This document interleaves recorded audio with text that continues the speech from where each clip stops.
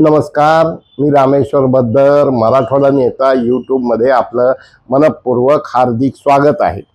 सध्या लातूर जिल्हा, नांदेड जिल्हा आणि धाराशिव जिल्हा या राजकारणात पडद्यामागच्या हालचालींना प्रचंड वेग आला आहे। एक महिन्यापूर्वी दस्तूरखुद्द उपमुख्यमंत्री शिंदे यांची आभार सभा झाली। त्याचबरोबर काँग्रेसचं 5 जिल्ह्याचं कार्यकर्त्याचं शिबिर झालं, भाजपचं शिबिर झालं आणि काल परवा उपमुख्यमंत्री अजितदादा पवार हे येऊन गेले। सगळेच जण दंड बैठका मारून आपला आपला पक्ष कसा नंबर 1 ला राहील यासाठी प्रयत्न करत आहेत। राजकारणामध्ये कालच लातूरचे आमदार अमित देशमुख यांना पक्षाने जबाबदारी दिली। काही माणसं म्हणतात ते पक्ष सोडून जाणार आहेत म्हणून त्यांना भाजपत जाणार आहेत, मंत्री होणार आहेत म्हणून त्यांना जबाबदारी दिली। तसं अभिमन्यू पवार सध्या नंबर 1 मध्ये विकास कामं खेचून आणणे, इकडला तालुका, तिकडला रस्ता, तिकडला अमकं, तिकडला पाणी पुरवठा अशा प्रकारचं धूमधडाक्यात चालू आहे।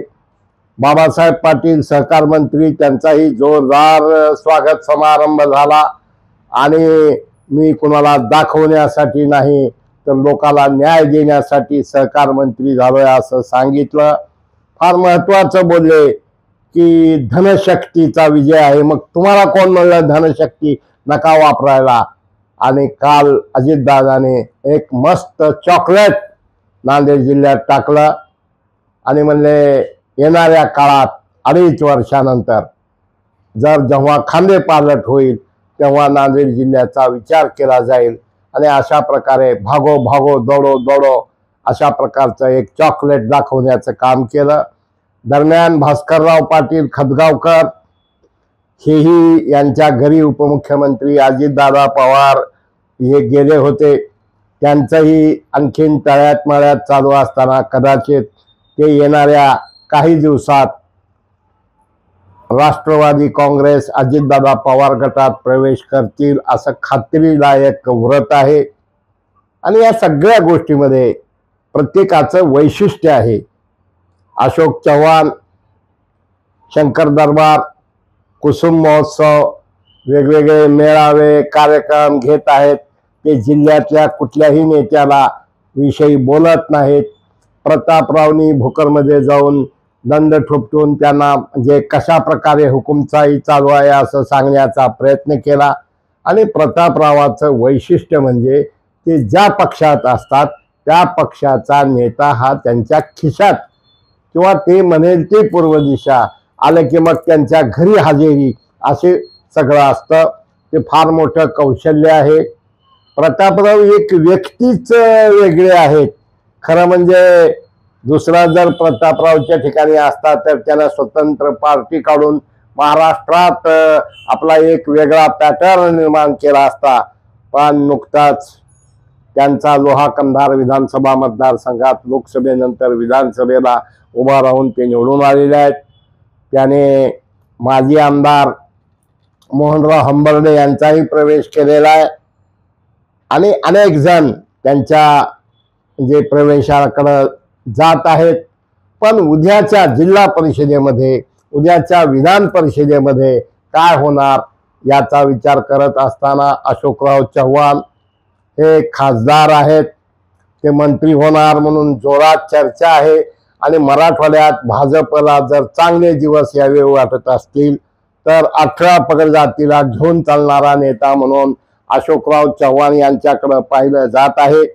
त्याचबरोबर प्रतापरावाची जिद्द, प्रयत्न, धडपड आणि हम होंगे कामयाब म्हटल्यासारखं त्यांचाही प्रयत्न चालू असतो। आता कार्यकर्ते बस मस्तपैकी खुश आहेत, साहेब मंत्री होणार। शिवसेनेमध्ये सुद्धा म्हणजे पहिल्या शिवसेनेमध्ये आपले प्रतापराव मंत्री व्हावेत अशा प्रकारचं एक लोकांची त्यावेळेला आमचीही इच्छा होती।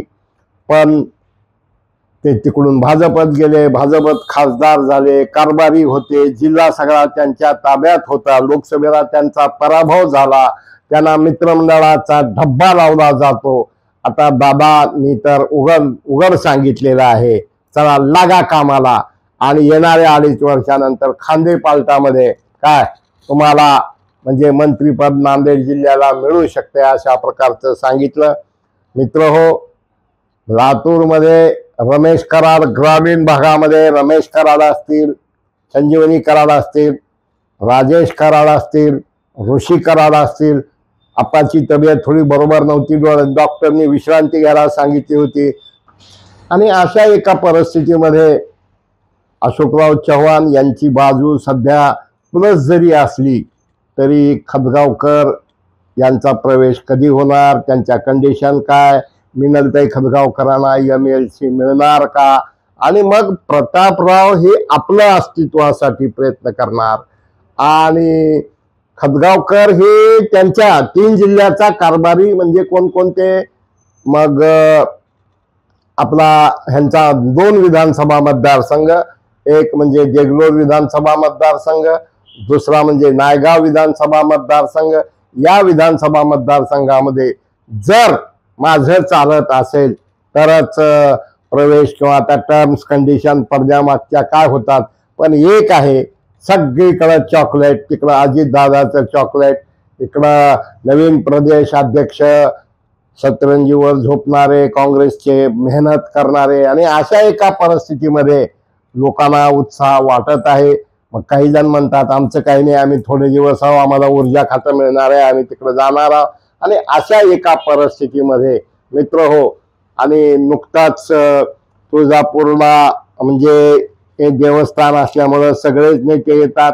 राणादादा नंबर 1 ला आहेत, परवा गोरे हे परंड्याला येऊन गेले, आणि महत्वाची गोष्ट म्हणजे नुकताच युवा नेते बसवराज पाटलांचे सुपुत्र यांनी आरोग्य शिबिर ठेवलेलं आहे, मुरुमला आरोग्य शिबिर आहे। त्यांनी लातूरमध्ये वेगवेगळे होल्डिंग लातूर जिल्ह्यातील महायुतीच्या नेत्याचे, तसं महायुती म्हणावं तर म्हणजे लातूर जिल्ह्यामध्ये आहे, उस्मानाबाद जिल्ह्यामध्ये तिकडल्या नेत्याचे आहेत, आणि अशा एका प्रकारे कदाचित जिल्हा परिषदच्या उपाध्यक्षानंतर आता भविष्यात नेमकं कुणाकुणाच्या कहा पे निगाहे कहा पे निशाणा हे काय चाललंय आज जरी काही सांगता येत नसलं तर पडद्यामाग बरंच काही राजकारण, बरंच काही गडबडी, बरेच काही हालचाली आणि बरेच काही प्रयत्न आहेत। मग त्यात निशाण्यावर प्रतापराव काय करणार, अशोकरावला जर पक्षानं संधी दिली मंत्रिपदाची तर ते नांदेडच नाही, नांदेड, हिंगोली, परभणी, संभाजीनगर आणि लातूर जिल्ह्यामध्ये सुद्धा त्यांना मानणारा वर्ग असल्यामुळं शिस्त लागू शकते। त्या पद्धतीनं त्यांची टीम, त्यांचं नेटवर्क हे जोरात आहे। बघूया काय होतंय काय नाही। मित्र हो, कमेंट करा, सबस्क्राईब करा, फॉरवर्ड करा, लाईक करा। मराठवाडा नेता YouTube।